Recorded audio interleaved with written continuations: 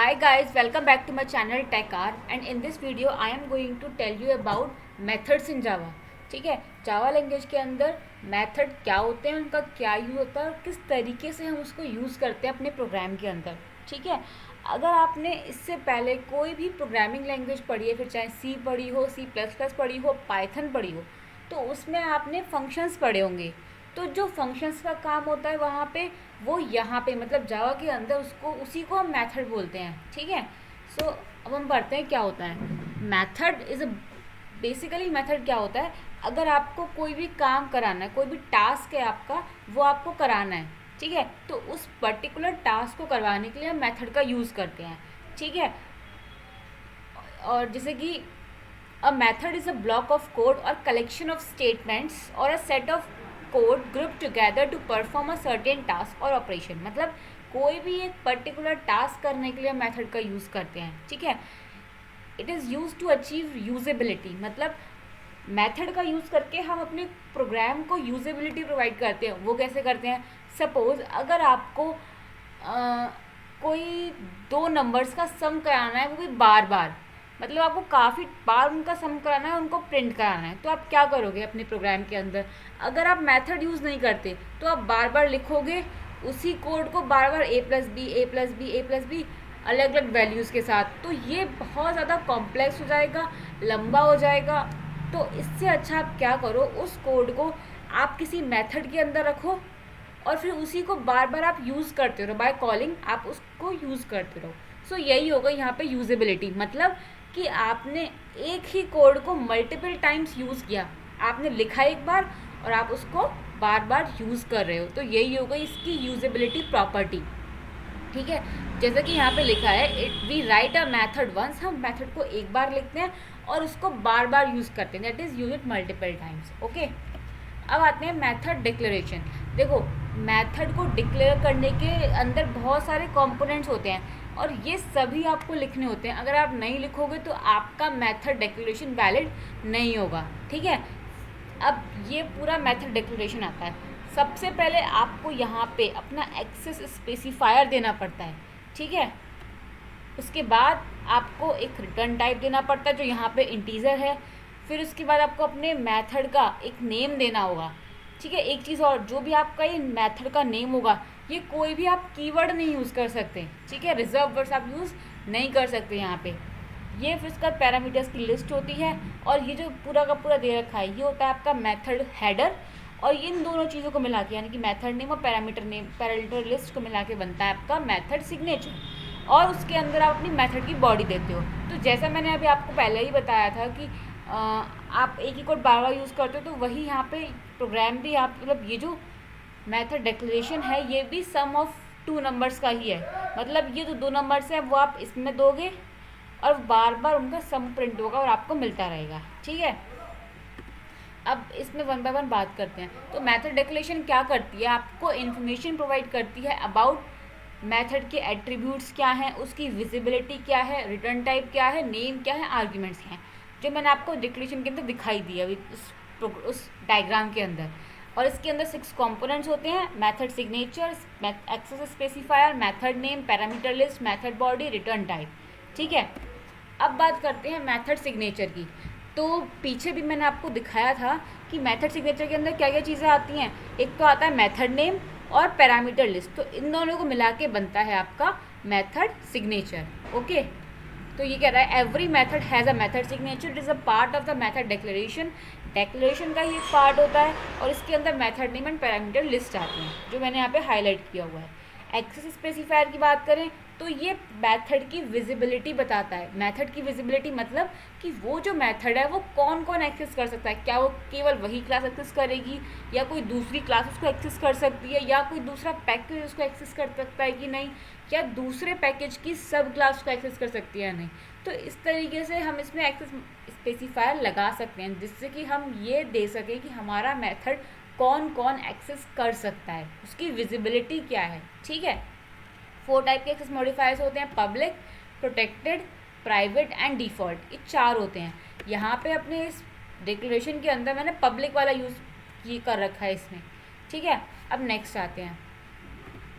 Next होता है return type. Return type होता है कि जो भी आपका मेथड है, आपने अपने मेथड के अंदर जो भी परफॉर्म किया है उसके रिटर्न बदले में आपको क्या चाहिए। मतलब आपने अपने मेन मेथड के अंदर उस मेथड को कॉल किया, उसके बाद आपको उस मेथड से क्या चाहिए रिटर्न में, तो वो होता है आपका रिटर्न टाइप। और ये एक डेटा टाइप होता है, जैसे कि a data type that the method returns, method जो रिटर्न कर रहा है वो होगा आपका डेटा टाइप।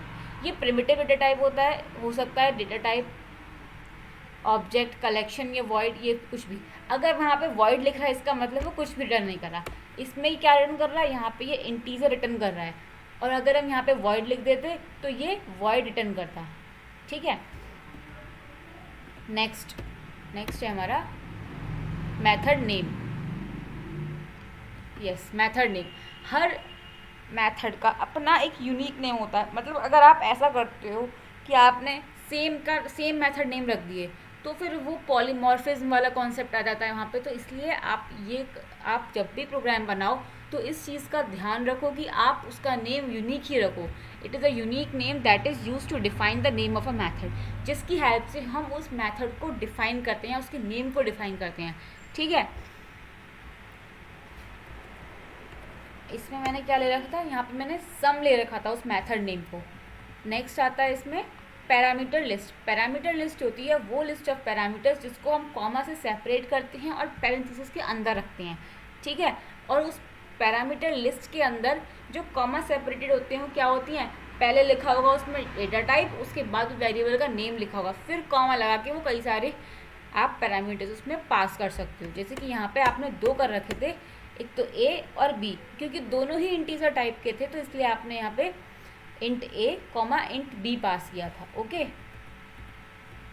नेक्स्ट आता है मेथड बॉडी। बॉडी में क्या करोगे आप, जाहिर सी बात है जो भी आपको टास्क करवाना है, जो भी आपको एक्शन परफॉर्म कराना है वो आप मेथड बॉडी में रखते हो। आपने जिस पर्पज़ के लिए अपना वो प्रोग्राम बनाया है।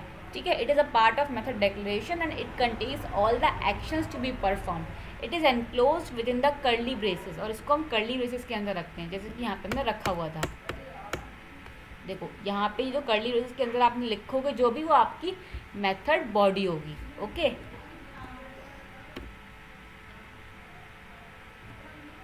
अब आते हैं स्टैटिक मेथड्स क्या होते हैं। देखो जैसा कि आपने स्टैटिक वेरिएबल पढ़ा था, वैसे ही स्टैटिक मेथड भी होता है।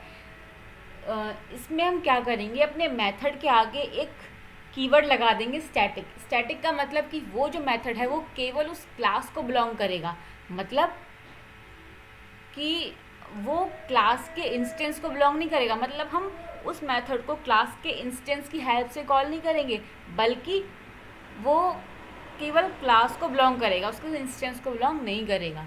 ठीक है। और इसमें हम स्टैटिक कीवर्ड का यूज़ करते हैं तो वो मेथड स्टैटिक हो जाता है।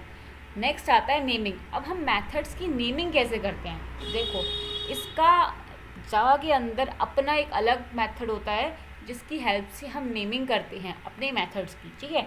तो अगर हमारे मेथड का नेम सिंगल है, मतलब सिंगल वर्ड आ रहा है, एक ही वर्ड में हमारा मेथड ख़त्म है, तो उस वर्ड का पहला लेटर स्मॉल लेटर में लिखेंगे या लोअर केस में लिखेंगे। जैसे कि ये सम आपका एक मेथड है तो उसका पहला जो लेटर, उस वर्ड का फर्स्ट लेटर जो है वो आप स्मॉल लेटर में लिखोगे या लोअर केस में लिखोगे। ठीक है। जैसे कि यहाँ पे लिख रहा है first letter in lower case. अगर आपके मेथड में मल्टीपल वर्ड्स आ रहे हैं तब आप क्या करोगे, फॉर एग्जाम्पल मैंने आपको इससे पहले वाली वीडियो में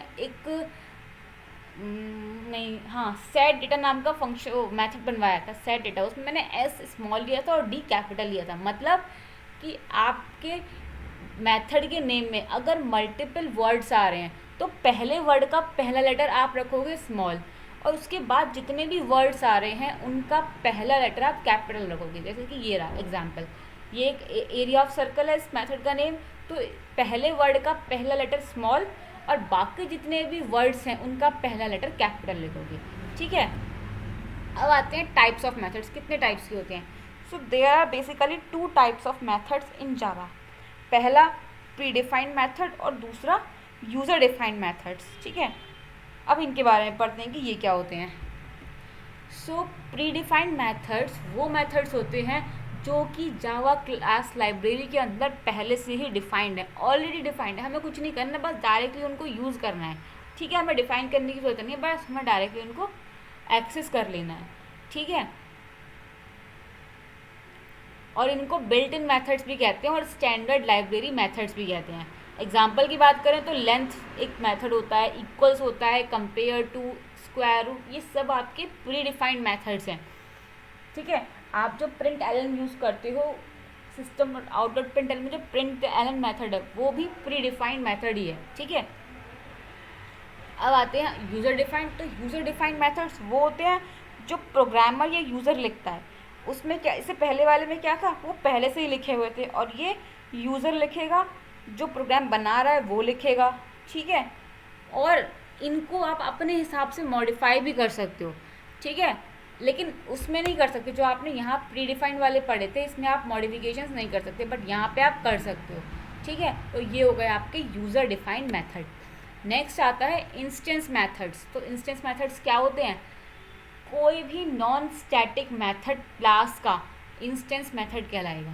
ठीक है, इसको इंस्टेंस मेथड इसलिए बोलते हैं क्योंकि इस मेथड को हम with the help of object access करते हैं। अगर हमें इंस्टेंस मेथड का यूज़ करना है तो उसके लिए पहले हमें एक ऑब्जेक्ट बनाना पड़ेगा, तब उस ऑब्जेक्ट की हेल्प से डॉट ऑपरेटर लगा के हम उस मेथड को कॉल करेंगे। और एक चीज़ कि इसके आगे की स्टैटिक कीवर्ड लिखा हुआ नहीं होना चाहिए, there should be no static keyword before an instance method. Okay, यहाँ पे क्या लिख रहा था, मेथड ऑफ द क्लास का जो मेथड होगा उसको हम इंस्टेंस मेथड कहेंगे, और ये नॉन स्टैटिक मेथड होता है क्लास के अंदर डिफाइन किया हुआ। बिफोर कॉलिंग और invoking the instance method it is necessary to create an object of its class. मतलब उसकी क्लास का एक ऑब्जेक्ट बनाना नेसेसरी है, ज़रूरी है, तब भी आप उसको एक्सेस कर पाओगे, अदरवाइज आप उसको एक्सेस ही नहीं कर पाओगे। ठीक है, so that's all about methods in Java. और इसकी प्रैक्टिकल इम्प्लीमेंटेशन मैं आपको अपनी फर्दर वीडियोस में दिखाऊंगी, किस तरीके से आप प्री डिफाइंड मेथड का यूज़ करते हो, किस तरीके से आप यूजर डिफाइंड मेथड का यूज़ करते हो। So that's all, hope you like my video and don't forget to like, share and subscribe my videos. Thank you.